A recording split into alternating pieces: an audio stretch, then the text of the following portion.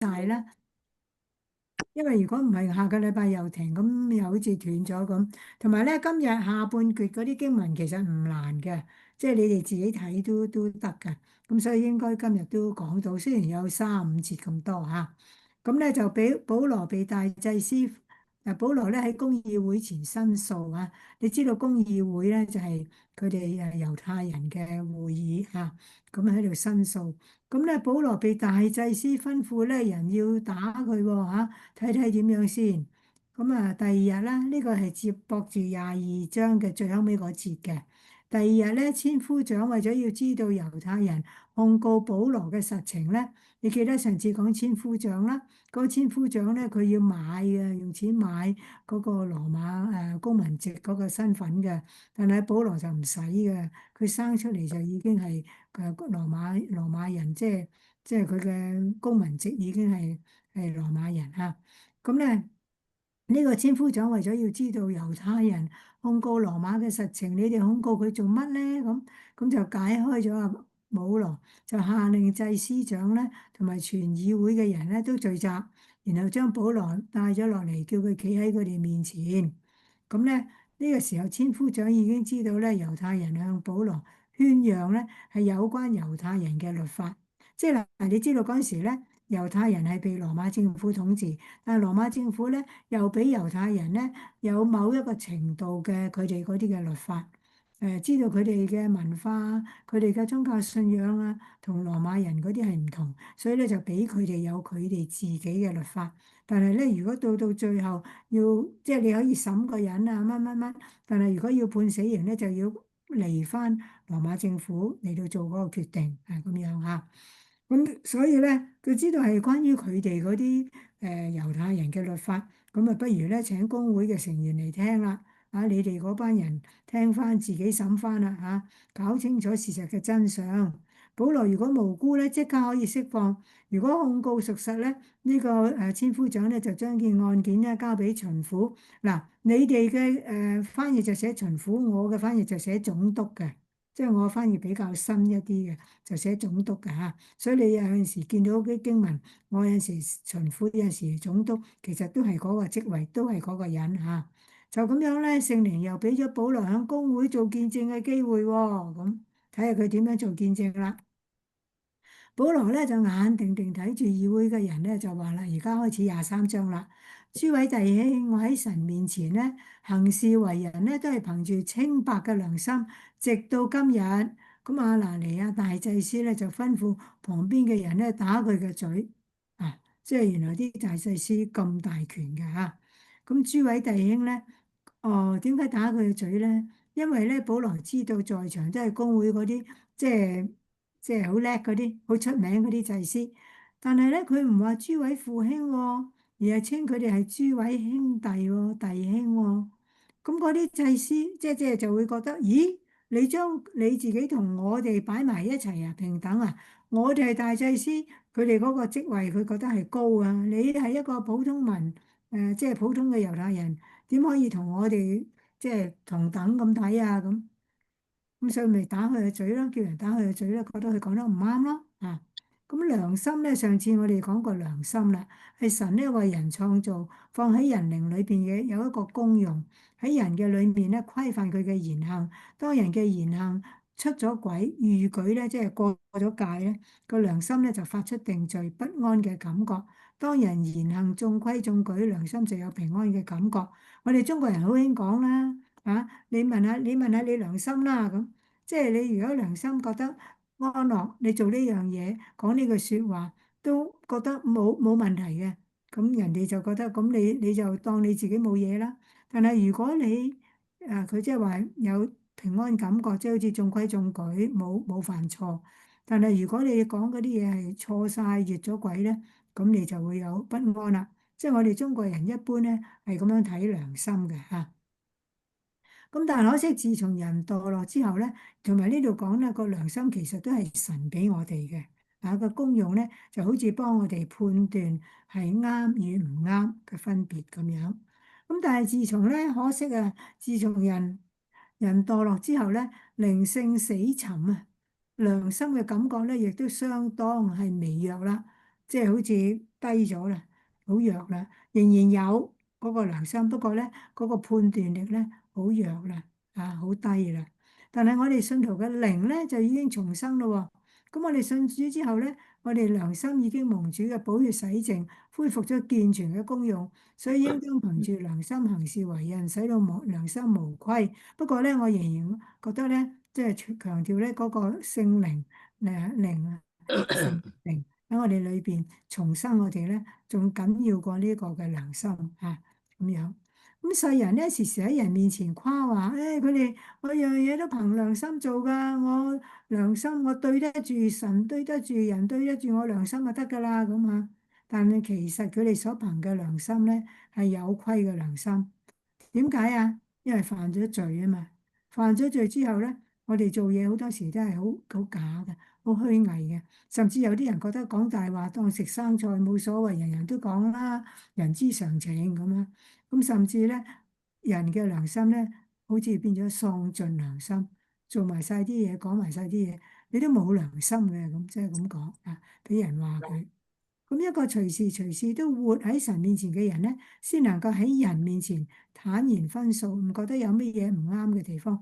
保羅就係啦，佢活喺神嘅面前，所以佢喺人嘅面前，喺呢班猶太人嘅面前，佢咁講即係甚至講出佢嗰個見證係憑住神俾佢嗰個神嘅靈喺佢心中嘅工作咁咧，基督徒嘅良心經過主寶血嘅洗淨。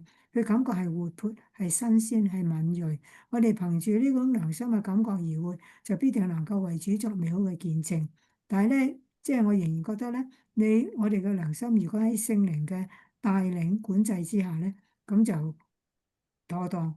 否則咧，又係好似未信之前咧，即係嗰種嘅良心咧微弱啦，虧損咗啦。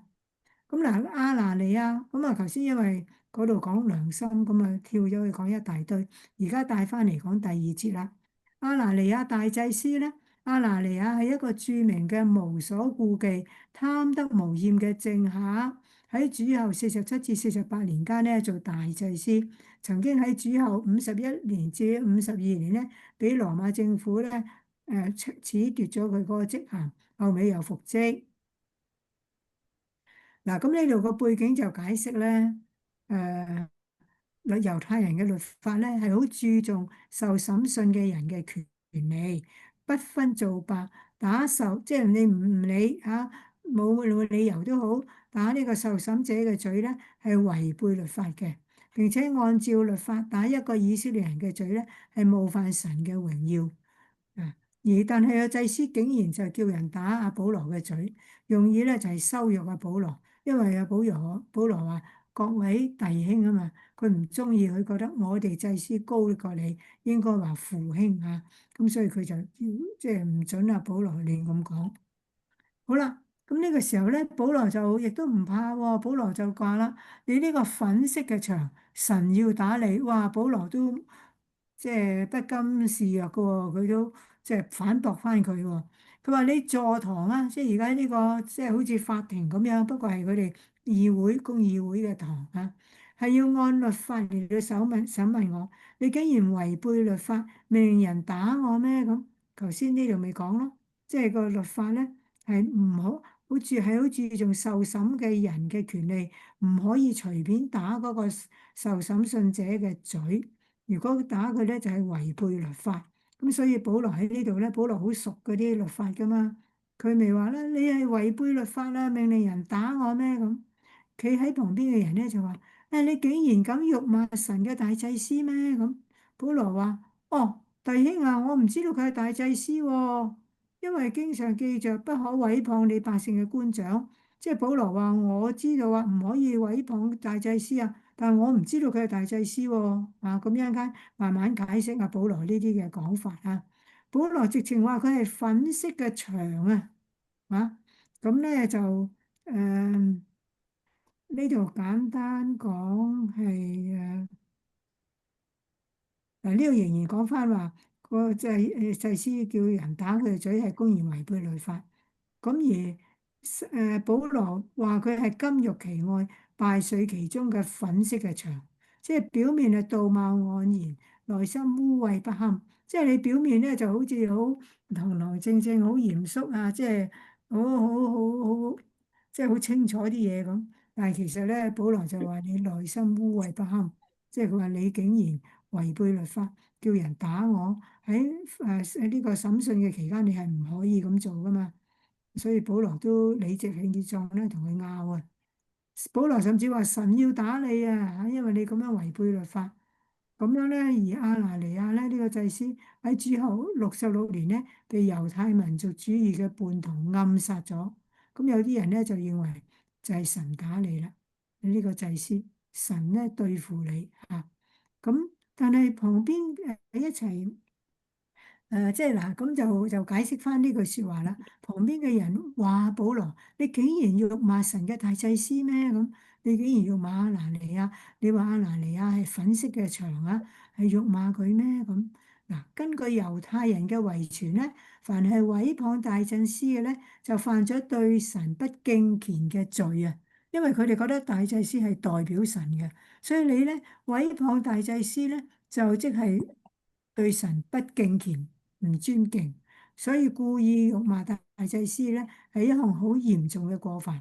嗱，咁喺呢度咧，即係你哋可能覺得好似好煩咁啊，因為我哋就算我哋中國人以前有啲時候被人哋即係叫做統治啦嚇，都冇咁多嘢嘅。點解佢猶太人啲律法竟然咁多嘢啊？咁嗱就係咁啦嚇，佢哋猶太人到而家都好着重啲律法㗎。嗱。阿保羅話：我唔知道佢係大祭司喎，因為經上記着不可毀謗你百姓嘅官長，即係意思話，如果我知佢係大祭司，我唔會毀謗佢嘅，係嘛？咁嗱，呢句話嘅意思咧，可能就話，我仲以為違背律法、未經審訊就吩咐打人嗰個，唔可能係大祭司啊，因為如果係大祭司，佢應該知道律法唔可以打我嘅喎，否則我點會辱罵神嘅大祭司咧？即係呢度你睇唔睇到阿保羅佢嘅講法即係咩？其實我點知你係大祭司啊？因為你都違背律法，叫人打我。如果我知道你係大祭司，我唔會咁樣話你粉飾嘅牆啊。所以保羅咧仍然係理直氣壯嘅，即係佢覺得佢係暗示咧一個大祭司絕對唔可以為所欲為，毫不講理。保羅喺呢度咧係諷刺對方嘅作為。令人咧都睇唔出佢係一個大祭司，係嘛？呢句説話嘅意義咧就係、我冇料到呢個吩咐人掌我嘴嘅人，竟然會係一個大祭司喎。嗱咁，所以保羅咧，即係有陣時有啲人可能問：啊，咁我哋基督徒可唔可以同人拗嘅咧？嗬？阿保羅喺呢度就同人拗喎，甚至同一個猶太人嘅大祭司拗喎。可唔可以同人爭辯嘅咧？抑或係我哋息事寧人啦，和氣啦，唔好鬧啦，唔好拗啦咁，唔好爭辯啦咁。你哋嘅睇法係點啊？基督徒可唔可以同人爭辯嘅？特別喺公眾嘅地方，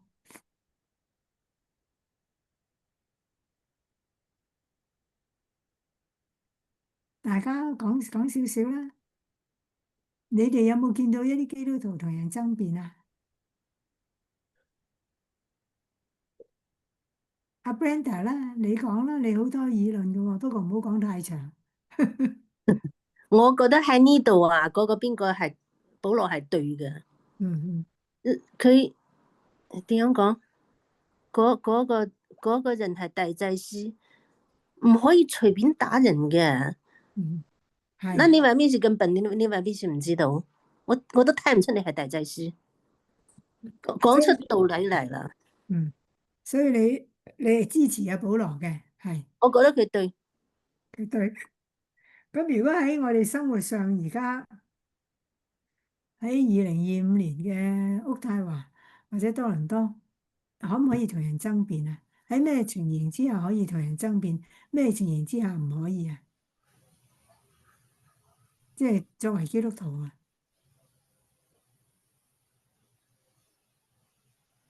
有理咯，即係有道理，就好似保羅佢係有理嘛。嗯嗯，有理就道理啱。第二嗯，咧，呢啲嘅理係基於乜嘢啊？法律律法律，仲有聽咗會講嘅嚟，聽種㗎。基於法律同埋咧，阿保羅係揸住猶太人嘅律法，咁我哋基督徒係揸住乜嘢？嗯，係咪聖經嘅？聖經嘅真理，聖經嗯嘅教訓。所以我嗯，哋同人爭辯係可以喺某一個情形之下係合理，唔係真係按照聖經嘅教訓真理，我哋可以做啊。如果唔係咧，就避免啦，即係費事同人拗啦，拗到面紅耳熱。特別咧，唔好因為叫佢信耶穌要同佢拗啊，有咩唔好啊？咁樣我想佢信耶穌啊嘛，係好嘅喎。但係我同佢拗，點解又唔好啊？點解？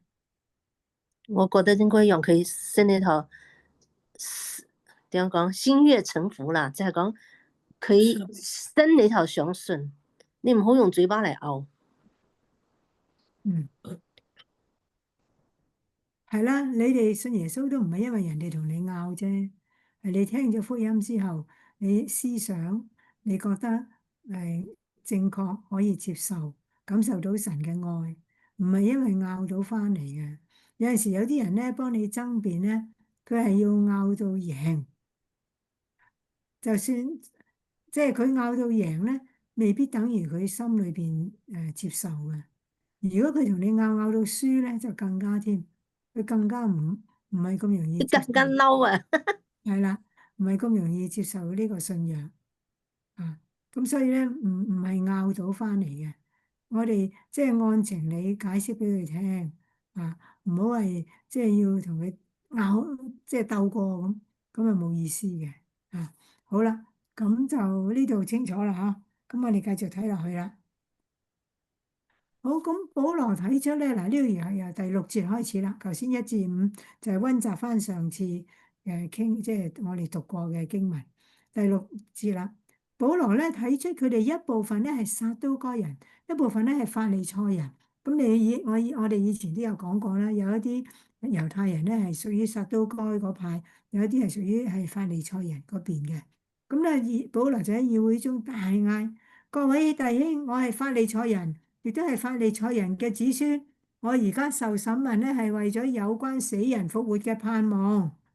哇！當時咧嗱，你睇下呢個保羅佢特登講呢一樣嘢，佢唔講第二樣，佢係講有關死人復活嘅盼望。一陣間你哋睇睇點解個焦點放喺呢一度嚇。嗱，咁當時公會成員咧，大部分係法利賽人，少數咧係有權勢嘅撒都該人。撒都該人都有權勢嘅喎，祭司咪就係撒都該人咯嚇。咁佢哋喺政治同埋宗教上咧都有好大嘅分歧。撒都該人嘅意思就係正人君子嚇。咁撒都該人咧以猶太祭司長為中心，係貴族同埋祭司掌控聖殿同埋政治嘅事務。當時嘅大祭司亞拿該亞法都係屬於撒都該人一黨，所以撒都該人咧係即係好大權嘅喺嗰度。掌控聖殿喎，同埋政治事務喎，咁即係羅馬政府都要同佢哋傾嘅合作嘅嚇。咁但係呢啲撒都該人咧接受希臘化嘅思想，同羅馬人妥協，只係承認摩西五經，就唔睇重律法書，唔睇重先知書，就藐視口傳嘅律法，唔相信靈魂不滅啊、復活啊、天使啊同埋聖靈呢啲嘢。咁你可能問，咁佢信乜啊？淨係信摩西五經，咁但係摩西五經咧都係從神嗰度嚟啊嘛。但係佢哋又信神嘅某一啲嘢，又唔信其他啲嘢，連耶穌基督復活嘅真理，佢即係嗰個事實，佢哋都唔信啊。佢哋咧非常注重道德行為，只重行為咧而忽略信仰，嗰度可以知啦。呢啲信仰咁即係信仰裏邊咁基本嘅嘢，佢哋都唔接受。天使啊、聖靈呢啲咁基本嘅，佢哋都唔接受，因為佢哋重行為啊，而忽略咗信仰啊。啊，好啦，咁呢啲係撒都該人咯。咁啊，法利賽人係點嘅咧？咁意思咧就係分別出嚟嘅人。法利賽人咧有6000幾人，係解釋律法嘅權威，掌控會堂。嗱，同撒都該人就係頭先撒都該人啊唔同，撒都該人咧有理埋政治嘅，佢哋亦都係祭司，但係又理埋政治。咁所以其實呢啲法利賽人又解釋律法嘅權威，所以其實又掌控會堂。撒都該人咧就係控制嗰個議會，即係審人嗰個議會，好似法庭咁。但係法利賽人咧就控制會堂。所以大家似乎咧係各不相干，但係有陣時講到一啲即係信仰嘅嘢咧，有好多嘢拗啦，係咪？因為法利賽人又相信靈魂嘅喎，又相信復活嘅喎，但係撒都該人又唔信，咁所以一講起咪好多嘢拗咯啊！咁咧，就得到大多數猶太人嘅擁護喎。可能啲猶太人咧就擁護法利賽人，就唔係咁擁護嗰啲撒都該人喎啊。但係咧，法利賽人係冇政治權力嘅，反為啲撒都該人咧就有。不過咧，如果佢審人審到一個程度要處決人死咧，咁就唔得啦，就要由翻羅馬政府去處理啦，去決定啦啊。咁。咁咧就係繼續講呢啲法利賽人。起初咧係一班熱愛祖國、虔誠為神嘅人，係文士，係拉比。嗱，起初咁即係後尾係點啊？佢哋注重守律法，就漸漸趨於注重外面，忽略咗內心。啊，咁佢哋生活係好簡樸，嚴格遵守摩西五經同埋口傳律法，相信靈魂不朽同埋復活。啊，即係相信呢啲嘢，咪同撒都該人相反咯。啊，撒都該人連聖靈天使都唔信，又唔信復活，即係唔信耶穌復活啦，係咪？咁所以咧，一個法利賽人咧可以同時亦都係門徒，但係一個撒都該人就唔能夠又做門徒，又做撒都該人，又做撒都該人喎？點解啊？點解啊？阿妙雲，你話點解啊？點解撒都該人唔可以又做門徒又做撒都該人啊？但係法利賽人又得喎，佢哋可以係法利賽派嘅人，亦都可以係信耶穌嘅門徒喎。阿妙雲，你覺得點？頭先我哋解釋咗咁多撒都該人同埋法利賽人之間一啲嘅唔相同嘅地方，特別喺信仰上面唔相同嘅地方。於是乎，你諗唔諗到點解啲法利賽人可以亦都成為門徒信耶穌，但係撒都該人又唔得咧？因為撒都該人佢相信個係啦，你誒呢個角度講係啱嘅。從佢嘅信仰係點樣，撒都該人，你睇因為佢哋個信仰個宗旨同埋信神個宗旨係唔一致啦，係嘛？係啦，佢哋嘅信仰係信乜嘢？撒都該人係唔信乜嘢？佢哋唔信乜嘢？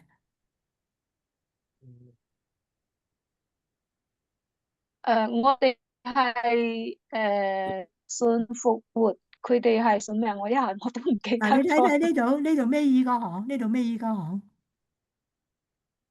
咩意呢係啦行係嘛？呢係啦，度呢一版尾二個哦行，哦，佢哋唔相信復活，係啦係啦唔相信哦係啦係啦，即係佢哋唔相信復活，咁已經冇得傾啦。耶穌基督復活哦，係我哋。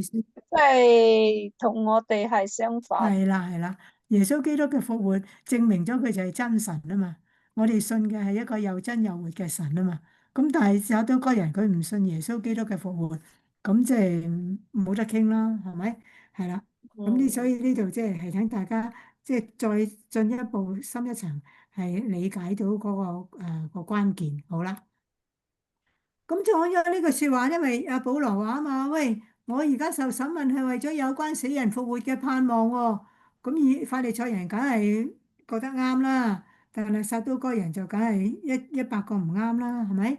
咁咯喎，咁講咗呢句説話咧，法利賽人同撒都該人就爭論起嚟啦，會眾分為兩派。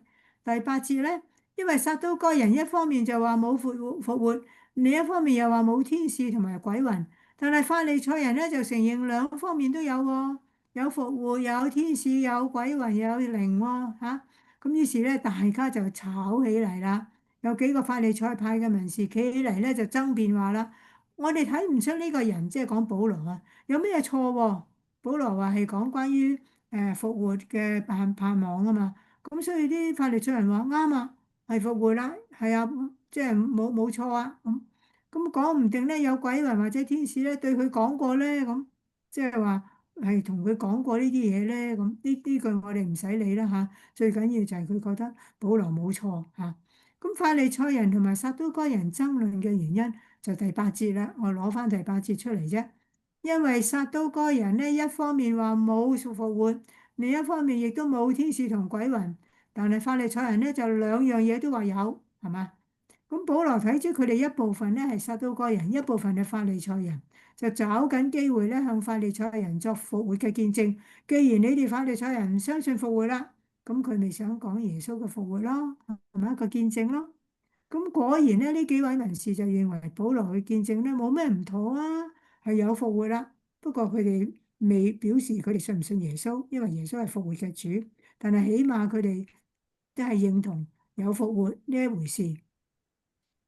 咁嗰陣時咧，爭辯越嚟越大，揸千夫長咧驚怕保羅俾佢哋扯碎咗，就命令士兵落去將佢阿保羅咧從眾人當中搶出嚟，帶進嗰個營樓嗰度嚇。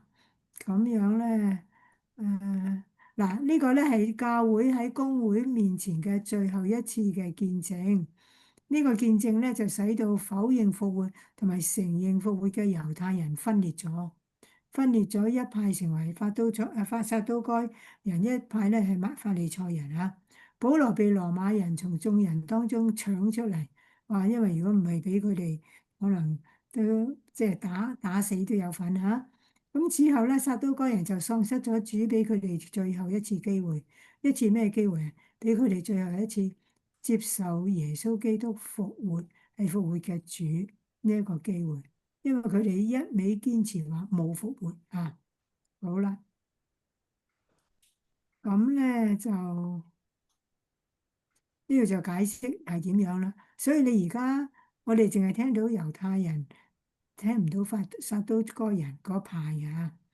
主後70年咧，聖殿被毀以後，撒都該人咧就從歷史舞台上消失啦。只有法利賽人咧幸存落嚟。嗱，主後70年咧，聖殿係真係被毀嘅，因為佢哋猶太人咧，即係作反啊，咁樣羅馬政府索性咧就整毀壞咗呢個聖殿啊嚇。法利賽信條咧成為今日猶太教嘅基礎喎，今日喎咁多年後喎嚇，呢一場爭論咧就會讓歷世歷代嘅法利賽人都知道，熱愛律法咧唔能夠叫人得救。承認律法亦都唔能夠得到永生。係啊，佢哋承認律法啦，但係承認復活，對唔住，承認復活啦。但係佢承認復活，佢冇承認耶穌就係復活嘅主喎。只有因信稱義，因為信耶穌先能夠喺神裏邊。我講過俾你哋聽，稱義係咩意思啊？神話你係啱啦，話你 OK 啦。但係佢哋話有復活啫，佢唔信耶穌就係復活嘅主啊，佢唔接受主耶穌啊。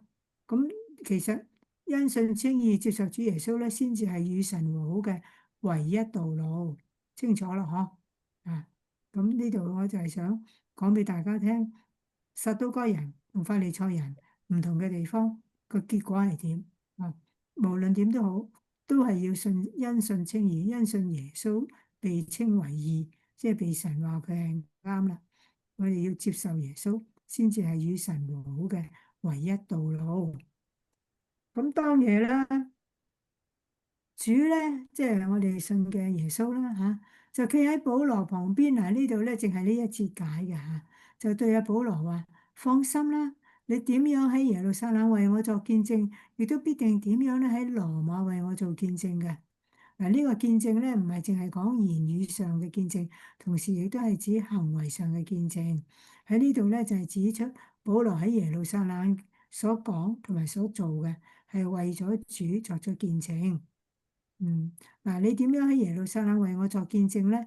呢句話咧係主嘅一個應許，表明保羅咧會照住佢嘅心願喺耶路撒冷為主作見證，所以佢咪點都要去耶路撒冷咯。雖然你未記得前幾堂話嗰啲弟兄喺第二度啲弟兄猛叫佢唔好你嚟耶路撒冷，佢都要，因為佢要知道咧係為主作見證啊。被平安無事咧，佢會被平安無事咁帶到羅馬去。咁而家咪要去羅馬咯，都係一個啟發性嘅暗示，俾保羅咧指出一條脫困嘅路，上告於該撒。啊，即係話主真係喺呢一度咧，叫阿保羅唔使擔心，你曾經喺耶路撒冷為我作見證，必定將來咧喺羅馬為我作見證。啊，咁所以即係知道咧一路嗰條路線咧係神帶領佢嘅。啊，有冇問題啊？直至到呢度講咗一個一段小段啦，咁我哋繼續講落去嚇。猶太人同謀殺害保羅喎，話你嗰啲猶太人憎啊保羅憎到咁交關嚇。咁到咗天亮，猶太人咧同謀起誓咧就話，如果唔先殺保羅咧，就唔食唔飲。參與呢個陰謀咧有40幾人，哇咁多人咁緊要？嗱，解釋嗰個背景係點嘅咧？喺某種情況之下咧，猶太人咧就視謀殺咧係有理嘅喎。覺得謀殺係啱嘅，特別係咧，當一個人對佢哋嘅祖宗遺傳或者社會秩序構成危害嘅時候咧，啲人就可以視殺害嗰個人為合法。啊，呢個唔單止猶太人啊，喺當時近東其他宗教信仰嗰啲人都係咁諗㗎。而有志之士咧，暗中商量。有志啊，呢個志唔係好嘅志向啊，係殺啊保羅嘅心志啊嚇。暗中商量咧，點樣執行刺殺嘅事，並且許下誓言，不吃不喝，直至完成任務為止。如果違背呢個誓願咧，甘受神嘅懲罰。佢哋覺得喺佢哋嘅信仰裏邊做呢樣嘢係啱嘅，係可以嘅。佢哋起誓，即係表示佢哋認真嘅程度啊！起誓就係個誓願咧，就算我唔食唔飲咧，我都要直到完成呢個任務先可以食翻飲翻嘢。如果違背呢個誓願咧，就甘受神嘅懲罰。哇！你覺得咁緊要？你知唔知道喺現今有某一個宗教信仰都係咁諗㗎？即係佢覺得佢殺人咧係合理嘅。甚至咧，佢覺得佢殺咗人之後咧，就反為可以去到天堂。殺咗某一啲人就可以去到天堂。你知唔知係邊啲人啊？穆斯林，係啦，啲穆斯林係點樣㗎？你講下，Jolin。佢唔容許其他啲人信第二樣嘅宗教，淨係信佢哋嗰個阿拉嘅。咁如果佢哋改信咗基督教咧，佢要殺佢呢啲，佢認為係即係叛變之徒，咁所以係好有理由嘅。係啦，嚇穆斯林咧，即係穆斯林啊。我哋嗯咧中國人，我哋叫回教徒。你知唔知道喺中國咧有一笪地方係好多回族啊？回教徒咧就係呢啲回族。我有一個親戚咧都係回教徒，係回族嘅嚇。咁咧就因為佢嘅啲回教徒咧，穆斯林咧，佢阿爸爸係祖宗係咧，就全家都係。所以好多回教徒嘅，因為佢啲回教徒又生好多細路嘅，佢全家都係歸信呢個回教，我哋叫回教啦，佢哋叫穆斯林啦，因為英文啊嘛，Muslim 或者 Muslim 啦，咁佢哋咪譯做個音係穆斯林啦。咁樣咧就係啦。如果喺個家庭裏邊某一個人信咗基督教，即係或者就算唔係信基督教，即係信天主教，即係總之離開佢哋穆斯林嗰個宗教咧，弊啦，甚至佢嘅父母都要殺佢嘅，屋企人要殺佢嘅，佢要即刻走嘅，因為佢哋覺得咧，你叛教，你一出世你就係屬於穆斯林，你唔可以信第二樣教，咁所以佢話咁樣咧係合理嘅。咁樣係合理嘅。另外有一種咧，又係合理嘅，知唔知啊？都仲好添㗎。如果佢信咗，即係佢殺咗人之後，佢可以上天堂㗎。似印度啲人都係咁樣啊。印度我就唔清楚係唔係，不過咧印度嗰啲信仰都好甩級㗎，我覺得。阿 Jolin，你記唔記得2、3個禮拜前喺教會有請人翻嚟講印度教？我嗰日去聽，聽完之後咧，我真係覺得哇，好難接受，好難接受。嗰啲印度人自己都話佢哋啲印度人係好精明嘅，精明在於欺騙啊！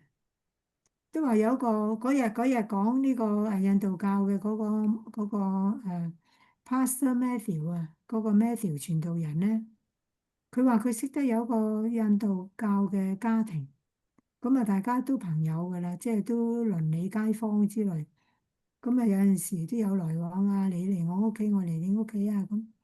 咁有一次咧，嗰個印度人咧同呢個阿 Matthew 傳道人講。你千祈唔好一個人去印度啊！你一個人去印度唔得㗎。點解啊？你喺嗰度咧，俾嗰啲人呃你呃到傻啊！即係咁噶。佢自己係印度人，佢都知得到。佢話印度人好聰明嘅呢一方面，你千祈唔好自己一個人去啊！即係咁樣。好，不過講遠咗啦。911嗰陣時咧，又2001年美國911嘅事發生咧。嗰啲穆斯林咪炸嗰幾架飛機嘅，佢哋嘅意念咧，後尾講翻，即係啲穆斯林啊咩講翻出嚟，佢哋認為佢哋呢啲係聖戰，佢哋認為美國咧係一個邪惡嘅國家，嗰啲人民。佢哋唔抵得嗰啲美國人或者北美洲或者西方人咧，啲衣着啊，呢穆斯林啲女人又要包頭噶嘛，咁我哋呢啲女人又唔包頭啊，咁啊佢哋覺得好差噶，你哋呢班人好差噶，所以咧佢哋好似要為上即係為佢哋嘅阿拉咧，即係嚟到秉行公義，即係要殺你哋，咁殺咗你哋之後咧，我就可以上天堂啦。佢哋叫呢啲做聖戰，即係神聖嘅戰爭。咁所以我喺呢度想講俾大家聽咧，就係喺某一啲情形之下，猶太人認為謀殺係有理，咁嗰啲穆斯林咧亦都認為謀殺係有理，就係頭先我講嗰啲。如果佢知道有人，包括佢嘅家人唔信穆斯林，信咗第二樣教、第二樣宗教咧，咁佢殺嗰個人咧係有理嘅。或者咧，好似911嗰陣時，嗰啲人咧去炸嗰啲飛機咧，炸死嗰啲人咧，佢覺得咧佢哋好似替天行道，因為你呢啲美國人咧，呢啲西方人咧。即係道德啊，好差啊，咁啊係好差喎，係咪？又淫亂啊，又即係好多嘢啦。你知道北美洲係咪？又離婚啊，又搞啲搞佬啊咁。你知唔知有個回教嘅學生咧？我講埋呢樣嘢，即係佢哋嘅心態準則係點㗎？有一次佢問我啊，點解啲人咧，啲西人喺度飲酒？係 cheers 係咩意思啊？咁我解釋俾佢聽，我話因為 cheers 咧就即係乾杯咁。佢話唔係啊，我唔係問呢樣嘢啊。咁我問下先知，原來佢想問我點解你哋啲人飲酒？原來佢哋穆斯林唔可以飲酒嘅，點解你哋飲酒？即係嗱，佢哋即係純清到咁嘅，係某一個角，即係某一個角度嚟睇。當然佢哋亦都有一啲信仰上嘅模糊不清、蒙查查嘅嘢啦嚇。咁不過 anyway，我嘅意思就想講，即係謀殺咧，對某啲人嚟講咧，某啲宗教信仰嘅人嚟講咧係可以嘅。咁咧就呢度頭先講咗啦，呢度頭先講咗啦。佢哋認為咧，必定如果唔先殺保羅，就不吃不喝，因為呢啲狂熱嘅衛道人士，佢哋覺得佢哋保衞咗佢哋嘅信仰啊嘛。認為保羅咧離經背道，佢哋覺得佢哋唔信有復活嘅，但係保羅信，咁咪離經背道啦，即係非殺不可咁。嗱喺度應用啦，任何狂熱嘅宗教人士，包括基督徒咧，都會被撒旦所利用，殺人咧仲以為係侍奉神。嗱，我哋基督徒有陣時都會嘅喎，有陣時都會嘅喎，以為咧殺人殺嗰人，我係替天行道啊，我係公義啊嚇，以為咁樣係侍奉神，但係唔啱嘅。啊。你記唔記得我以早幾年成日講嘅，而家比較少講。我哋基督徒嘅底線係乜嘢？我哋同人相處嘅底線係咩？記唔記得？記得嘅講啦，唔使客氣嘅。我哋有條底線嘅，即係唔可以過嗰條線嘅。唔記得啊？咁我再講多次啦，再沉啦。我哋唔可以傷害人，無論喺言語上、喺肉體上、喺各方面咧，言語同埋行為咧，唔可以傷害別人，所以唔可以打交打傷人啦，唔可以講一啲説話，我哋叫做 verbal abuse，即係喺言語上咧嚟到虐待人，言語上咧嚟到傷害到人，呢個係我哋嘅底線。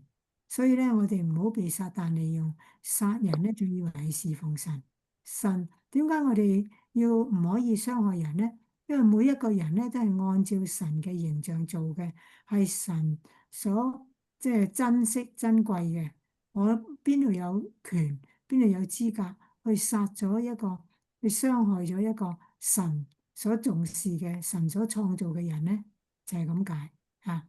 好啦，咁但係今日咧，各種不同嘅宗教徒當中咧，有啲偏激嘅衛道人士教導信徒啊，佢仲大即係好似即係好理直氣壯咁話，為咗維護真道咧，可以採取恐怖行動。如果不幸為此捐軀咧，必蒙神讚賞喎。咁佢咪覺得佢可以上天堂咯？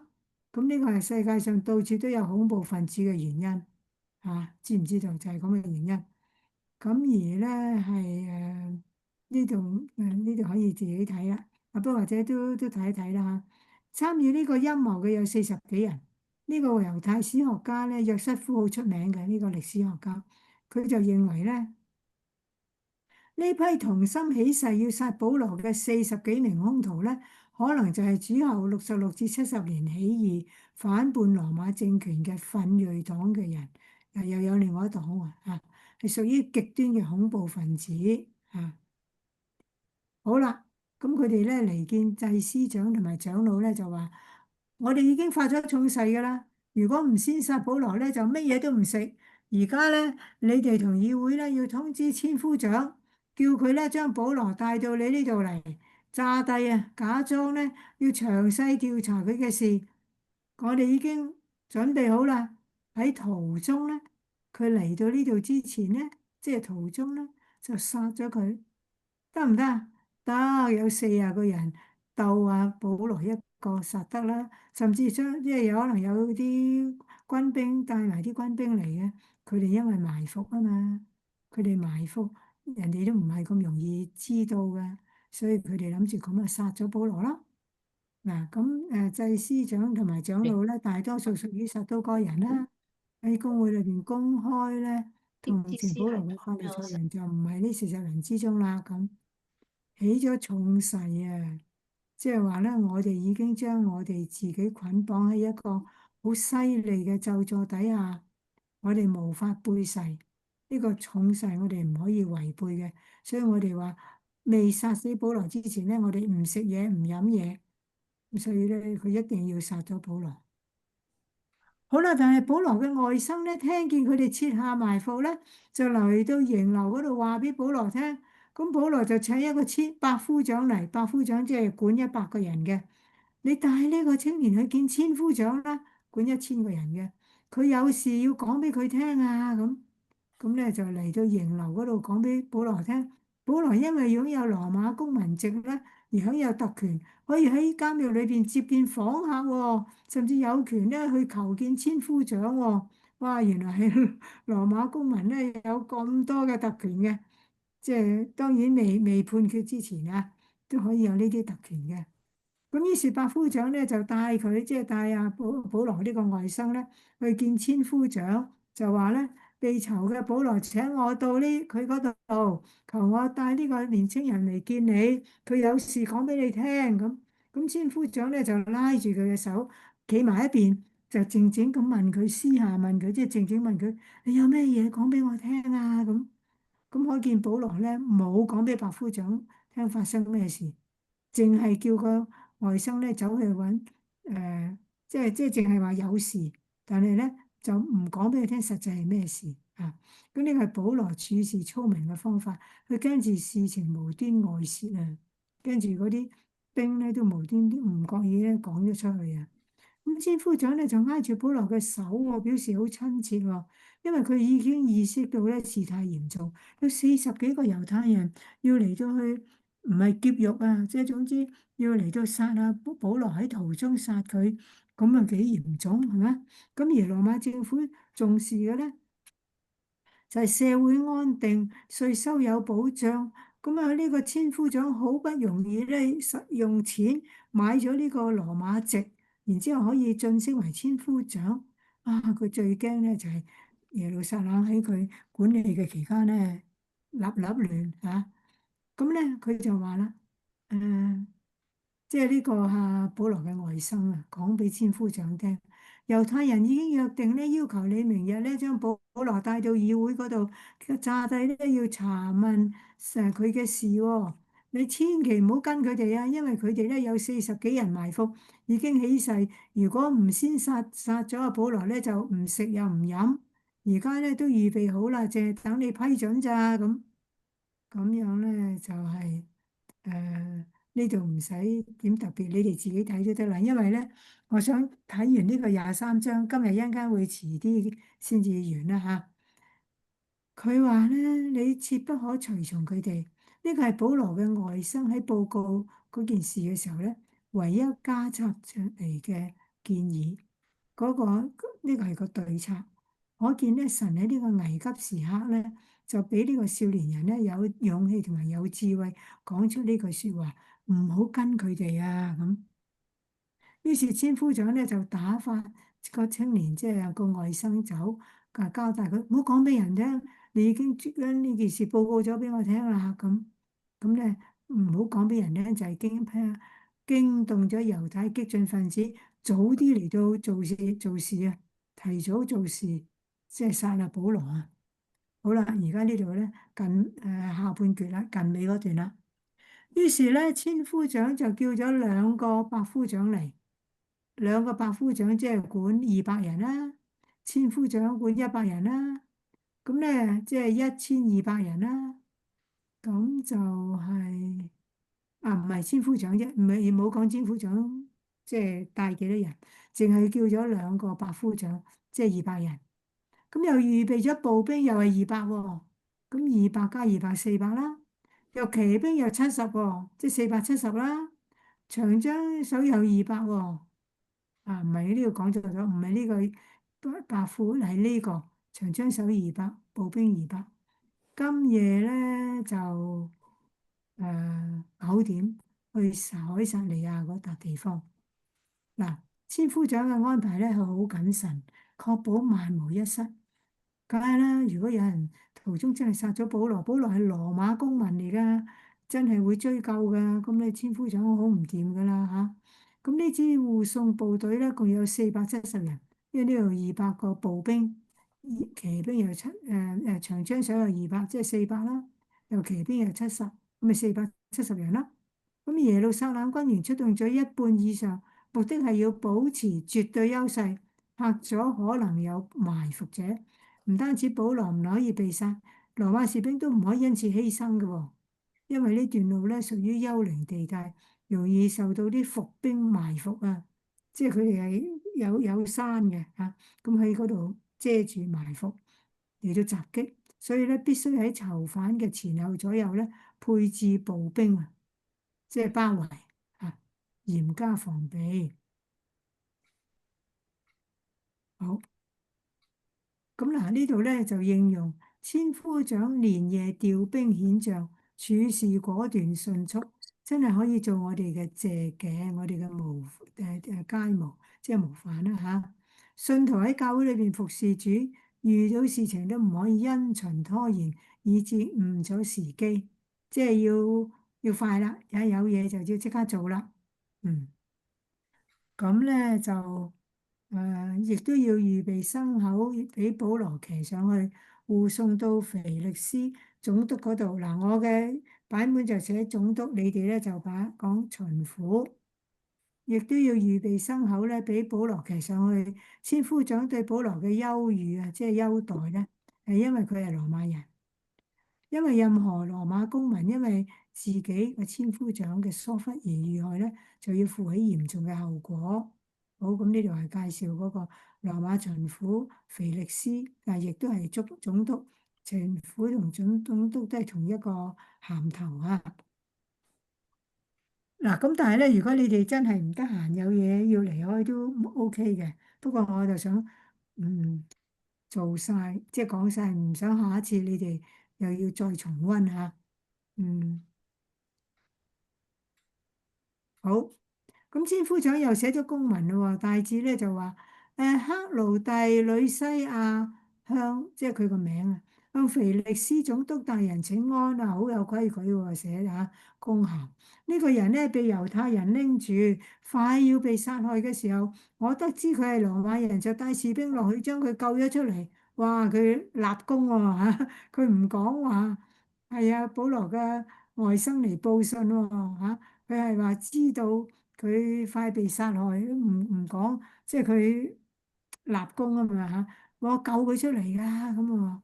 咁克勞第咧係千夫長成為公民嘅時候攞嘅羅馬名，呂西亞咧嚇，呂西亞就係佢原嚟嘅希臘名，表明佢係嚟自希臘嘅地方。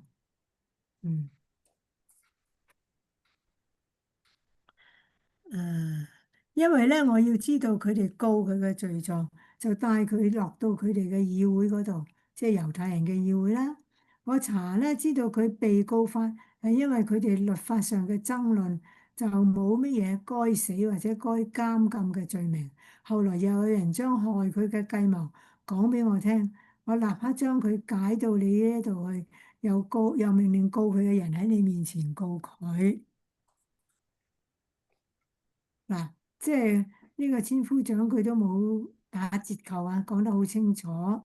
因為咧有人要害佢，我就將佢解到嚟呢度，又命令咧告佢嘅人喺你面前告佢，即係等有即係公平啦，有得講啦，好啦，咁於是士兵咧就照所命令佢哋嘅，漏夜咧就將保羅帶到安提帕底呢笪地方。第二日咧就由騎兵護送保羅，佢哋就翻到營樓去。咁騎兵嚟到凱撒利亞，將公文呈俾總督，就叫保羅企喺佢面前。咁嚟呢度咧，只不過解咧就係去安提帕底嗰度就即係近啲，路程比較好啲嚇。咁同埋咧，因為從安提帕底到撒瑪利亞咧係平原地帶，而嗰啲居民大多數係外邦人，外邦人即係唔係猶太人啦，佢哋點會喺度搞保羅又話佢哋咩撒都該人啊、法利賽人，佢都唔知你哋係乜係嘛？咁所以相對比較安全啊。而頭先嗰度咧就係猶大同撒瑪利亞嘅邊界呢度啊。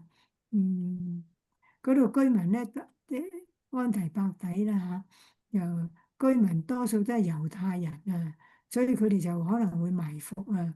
但係呢度多數咧係外邦人啊，佢點會理你呢啲嘢啊？係咪比較安全啦？咁所以咧就讓馬兵護送都快啲。頭先嗰度未又有騎兵嘅嚇，咁咧騎兵嚟到凱撒利亞呢度係講嗰個地方啫。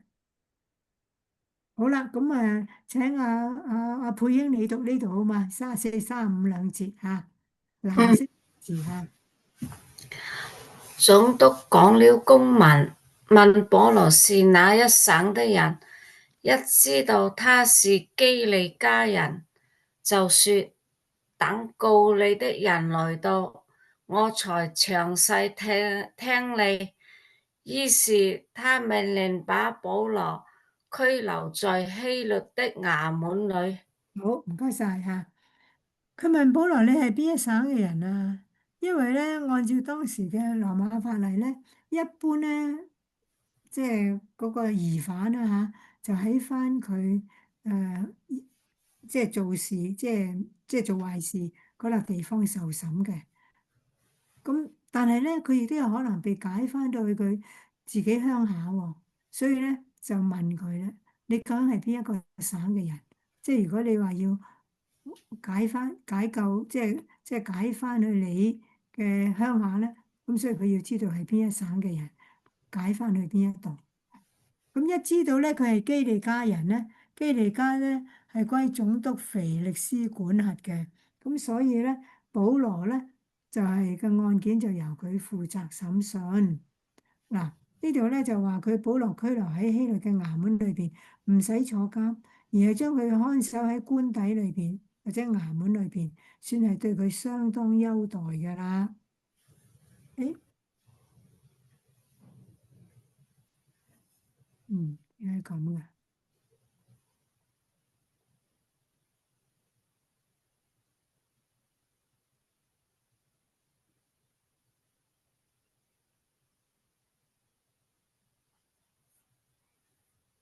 剩翻大啲啊！呢度睇咗啦。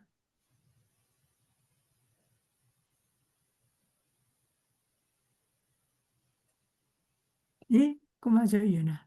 我以為仲有係35節啦，係啊，34、35，即係講到呢度，問保羅係邊一省嘅人。咁即係簡單嚟講咧，就係因為保羅提出嗰句説話，我咧被控咧帶嚟呢度咧，就係因為復活嘅事，復活帶嘅盼望。咁所以咧，撒都該人就唔高興啦，咁啊同法利賽人大家爭拗啦。咁個百夫長啊，千夫長驚住話：你哋聽日一陣間打下打下，連阿保羅都打死埋。咁啊即刻拉咗啊，搶咗保羅出嚟。咁然之後咧，就保羅嘅外甥知道咧，嗰啲法利賽人有40人咧想殺阿保羅，又嚟通風報信。咁然之後咧，咁就帶阿保羅離開嗰度啦。啊，咁下一次咧就下一次就冇啦。呢個星期六就冇嚇，麻煩你哋話翻俾阿紅聽啊，話埋俾阿紅聽，因為今日係阿紅一個冇出席啫。咁就變咗再下個禮拜。下個禮拜係7號，即係14號啦。7月14號，12喎應該。6月。6月對錯，都係錯係啦。6月14係啊，因為下個禮拜係7號，7、2、1、14。6月14號先見你哋啦。不過今日講到咁匆忙咧，有冇問題啊？有冇唔明白？或者有冇覺得點解咁㗎？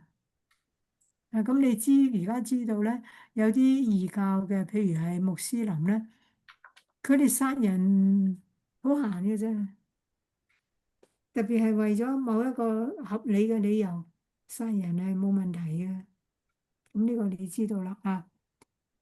咁樣咧，有一次咧，我嗰陣時仲喺屋太華住，我記得有一次咧，唉，有一個人咧走去殺咗個妹同埋個妹嘅男朋友，點樣咧？因為咧，佢話個妹咧係穆斯林，但係咧就同一個本地人咧，唔知係咪西人啦嚇，總之一個本地人咧，個本地人就唔係穆斯林，就拍拖，可能遲啲都談論婚嫁添㗎啦。咁樣咧，呢個人咧，呢個女仔嘅阿哥咧，唔知阿哥定係細佬咧，就好嬲，因為覺得我哋穆斯林就一生係穆斯林，你唔可以嫁嗰個人，又轉咗第二樣嘅宗教，咁所以佢就索性殺咗個妹，即係佢去傷害個妹啊。咁後尾咧就好似個妹同個男朋友都死咗，咪就係咁咯。佢因為嗰陣時即係報紙登出嚟，我唔知你有冇睇啦。我嗰陣時喺屋大話，我都知道呢件事。即係因為佢哋嘅文化，佢哋嘅信仰裏邊係咁樣係啱嘅。我殺個妹係啱嘅，因為佢唔再信穆斯林，就改信第二個宗教。我咁做係啱嘅。但係加拿大嘅法律唔係咁啊嘛，你入鄉隨俗，加拿大嘅法律唔係話你可以咁隨便殺人啊嘛，咁所以都係拉坐監嗰個佢嘅唔知阿哥又係細佬啦。咁所以咧，即係你明白到啲穆斯林嚟到咧，其實有好多嘢係同佢哋嘅信仰唔同嘅。就算我哋基督教好多嘅信仰都係唔同嘅，即係咁樣咯。咁就有冇乜嘢問啊？我再趁你啲問下。我唔係問，我只係有一個感想。我哋中國有好多民族，其中有一民族叫做回族嘅哦，那佢哋就係穆斯林。係啊。那我哋中國人大部分係漢人。那你穆斯林動不動就講要殺人，那我哋中國人點得掂啊？你哋咪要殺我嘛？佢即係覺得你得罪咗佢嘅信仰，佢嘅律法，咁佢咪又唔係得罪，只係冇信啫。我冇信你嘅，你要殺我哋，那我哋係多數。你冇信佢唔會就係咁去殺你嘅，你冇得罪佢，你好似喺呢度一樣咁樣嘛，你呢度一樣回教嗰啲，你信你嘅，佢信佢，你唔好得罪佢，話佢嗰啲宗教點點，咁咪佢唔會無緣無故去殺你嘅。我哋喺加拿大亦係啊，你係回教，我哋一大堆唔係回教嘅，那你係咪要殺我啦？咁佢知道加拿大嘅司法制度啊，係法治之區，即係之嘅國家咧，就佢哋會小心嘅。係嗰次嗰個女仔嘅，唔知係咪細佬，我唔記得咗，唔知大佬定細佬啦。哦，佢講佢想應該係大佬啊。佢覺得佢個妹同一個非猶太人嚟叛徒，講佢係咪拍拖，將來又話結婚添，咁佢唔可以接受。那講佢係叛徒啦，係啦，當佢係叛徒啦。不過以前即係我有朋友，佢喺北京嗰度咧，佢哋喺嗰個回民區，咁啊你就唔可以食豬肉。食羊肉啦，佢哋。即係你唔係回民啦，咁啊，但係你都唔可以喺屋企嗰度煮豬肉。佢哋聞到味啊，走嚟打你。如果唔係，就係咁。咁幾緊要啊！喺北京。係。咁啊，好啊，咁我哋今日到呢度咧，遲咗啦，我哋一齊禱告，然之後我哋散開。咁下一次就睇24章啦，我哋可以預先睇定吓。天父，我哋都係感謝你，因為我哋知道我哋所信嘅神係又真又活，係能夠復活嘅真神。我哋求主都幫助我哋識得點樣嘅去同主建立更深層、深入嘅關係。我哋都仰望交託俾你，奉耶穌名求，阿門。好，咁我哋今日。